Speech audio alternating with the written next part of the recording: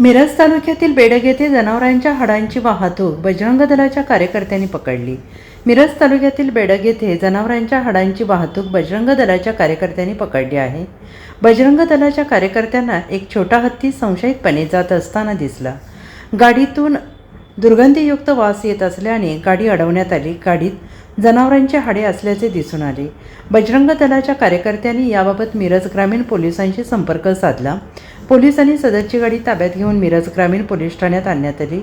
सोबत गाडी चालकालाही ताब्यात घेण्यात आले। सदर घटनेबाबत मिरज ग्रामीण पोलिसात नोंद करण्यात आले असून याबाबत मिरज ग्रामीण पोलीस अधिक तपास करत आहेत। माझं नाव आकाश जाधव, मी बजरंग दल सांगली जिल्हा संयोजक आहे।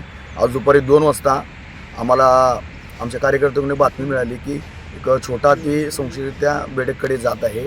त्यात कत्तल करून त्या जनावरांची हाडं व मांस असण्याचा आम्हाला संशय होता। ही गाडी आम्ही बेडगमध्ये पकडली। सध्या पोलिसांना आम्ही 112ला इन्फॉर्म केला आणि ती गाडी सध्या आम्ही पोलिसांच्या ताब्यात देऊन आता मिरज ग्रामीणला कारवाईसाठी आम्ही आणलेली आहे। सदरचा तपास पोलीस प्रशासन करते। Bureau report SPN Marathi Miraj.